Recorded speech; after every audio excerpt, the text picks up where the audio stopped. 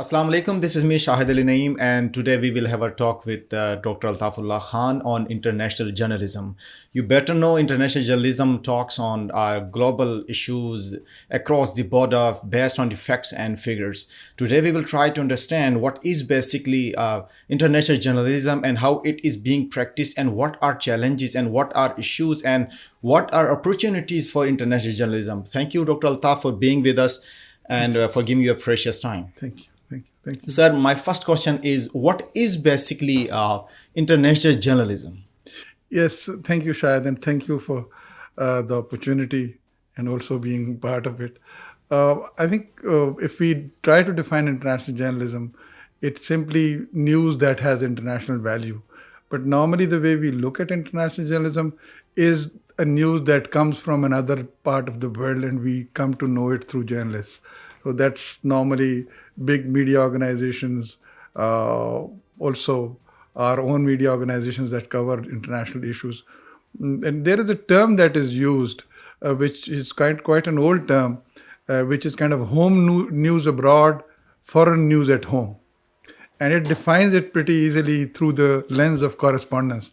Like if Pakistani celebrities or anything Pakistani is abroad, and we cover it in that country, we say it's home news abroad. Like, for example, our cricket team is playing in Australia. It's an international event. So we call it home news abroad. And in the same way, like the Champions Trophy is going to happen in Pakistan. So for all the news that we cover about other teams, cricket international matches, that is a foreign news at home. So that's the easiest definition of international journalism.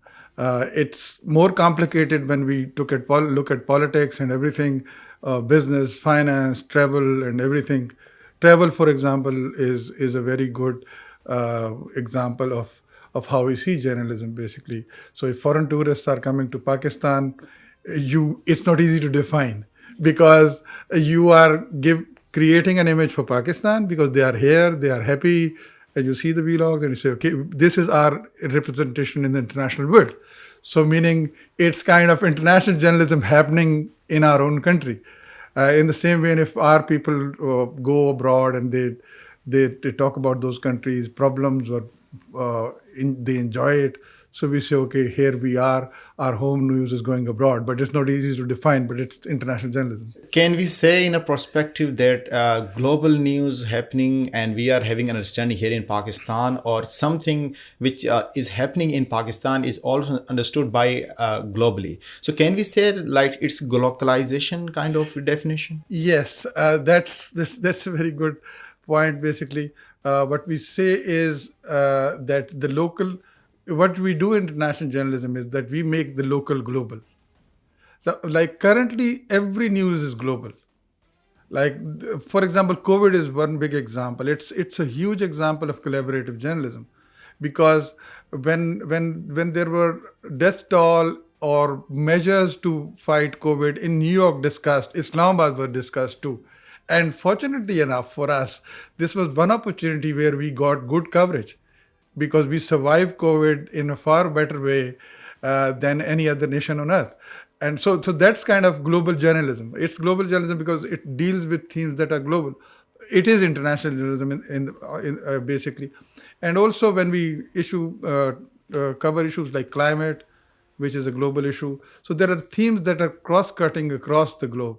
When we discuss those, we are what we call it global journalism, but at the same time, it's international journalism. Right. So you said during COVID and all those coverage were happening from Pakistan and from abroad, and different international countries were keeping an eye on Pakistan and the updates. And some of the countries also appreciated the efforts of that government. So if you talk about international journalism, it's working in a different way and a perspective at an international level.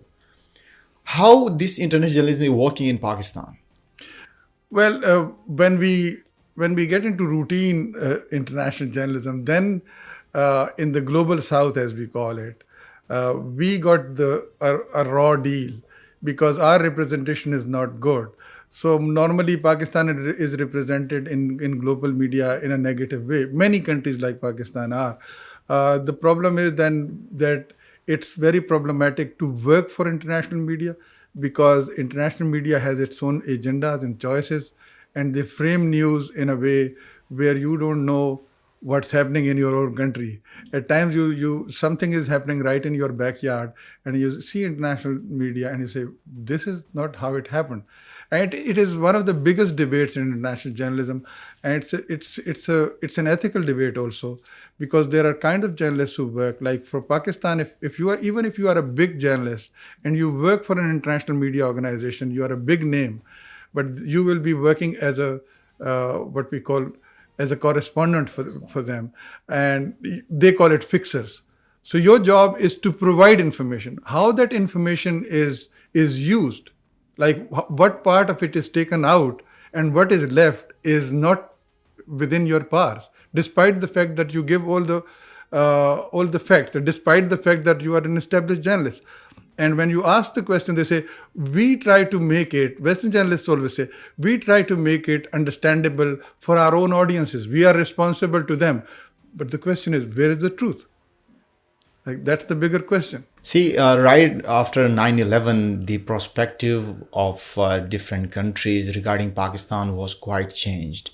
So, international journalism also plays a role for the soft branding of any country. Oh, it does. It's one of the most powerful soft weapons in the hands of the West, I must say, very honestly. Like the big Western organizations from the beginning of the modern media industry, has decided how to frame a country. And that framing, most of the time, is in sync with their foreign policy.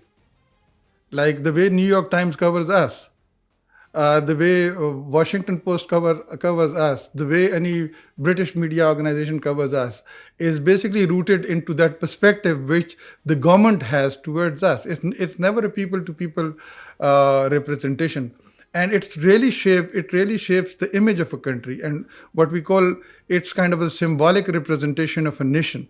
And if you like, I always say that what's happening in Africa, nobody knows. Why? Because Africa is not on the radar of the international media powers.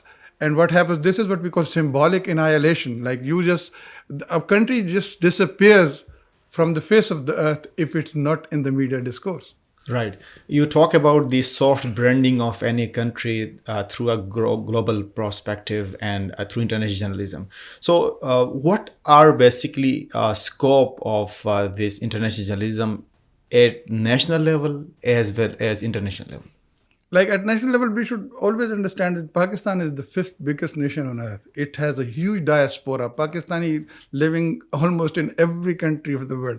So first and foremost, they are your audiences. They would like to know what's happening in their own country. Then they are part of political processes in those countries, like in England, in the US, in Europe, in many countries. So they would really like to know what's happening in your country.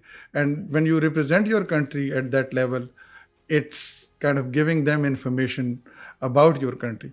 But on the other hand, if something happens globally, which is kind of global agenda, then it becomes difficult, because the only way you can get into the global discourse is through the Western media organizations. So, and they have their own ways of tailoring things. They have their own truths, which is right now it's being challenged by many young people who were born here but grew up in the West. And they are part of the media industry. And they are not simply challenging what we call objectivity. They are also using social media to bring the truth out. So, see, in case of Pakistan, there are a lot of challenges for having a journalism for national level. We do, but what are the challenges that are faced to have a journalism at international level?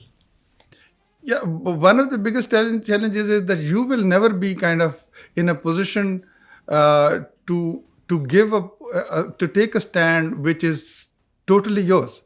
And it's not simply skill sets. Skill sets is not an issue. Many people say, okay, we are not good enough journalists. That's wrong, because journalism is one of the simplest forms of storytelling. And every journalist who gets into this profession knows how to do it. But it's resources. Like control over resources is technology, for example. Western media has dominant resources, dominant technology. Like they can send correspondents to any part of the world. They have the money. We can't do that. If you want to send one journalist, like one journalist might be going to Syria, for example. And I think that I have seen that, like Talat Saab went to the Middle East once, the flotilla issue which happened. Hamid Mir went. But for the West, the resources are enormous. Your people are working for them. They are traveling, parachuting, and doing everything.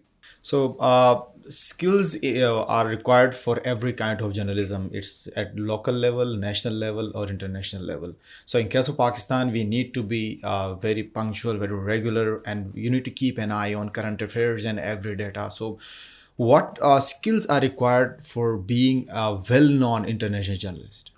I think one of the basic skills is basically reading a lot and understanding culture, politics, international culture, and also understanding the themes that are current right now, like not simply in politics, in culture, because in culture we can do a lot. Like, for example, we talk about climate. So if you don't have a good grip over climate and what's happening globally, then you won't be able to report it properly. You won't be able to represent yourself properly. With social media, if you have good skill set, if you read well, you have good storytelling techniques, which is important, and you also remain very truthful. That's important. Like, one has to avoid opinionating a lot, because that's wrong. You have to come up with facts and figures, statistics, read a lot. Like, reports are on. Like right now there is this AI safety report 2025. If you are writing on AI and what would be its impact on Pakistan, you have to read the report. It has come up in January. So most of the time we have to read a lot of documents. The UN, for example, what's going on before we comment on anything. Because the problem with international journalism is, like, if you are wrong once, you are just doomed. Nobody will listen to you after that. I have one question regarding the academics, that it's required to teach international journalism courses at university level. Yes, it is. The reason that we are having this course is basically there are not many books at undergraduate levels, and so we don't have those. And also, what is happening is basically because of technology, the media getting weaker, it is not kind of the death of journalism. It's kind of the death of a pattern that was there. Storytelling in journalistic form will always remain relevant. It's never going to be irrelevant. If you look at young people across the globe who are doing podcasts and spreading their message with facts and figures, using all the technology that they have, they are really doing a good job. They are challenging the dominant narrative. They are giving truth out.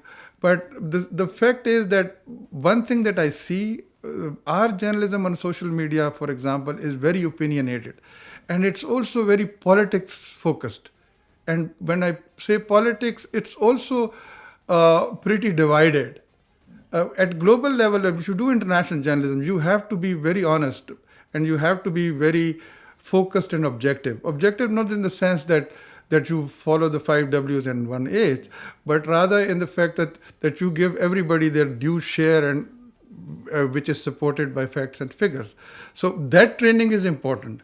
And it's challenging for us, the teachers also, because you have to understand, if you are teaching journalism and there are students, you have to give them an understanding of where we stand in international media, how can we represent our country in international media, how can we interpret international events in our own context, like globalization, as you said, on both the ends.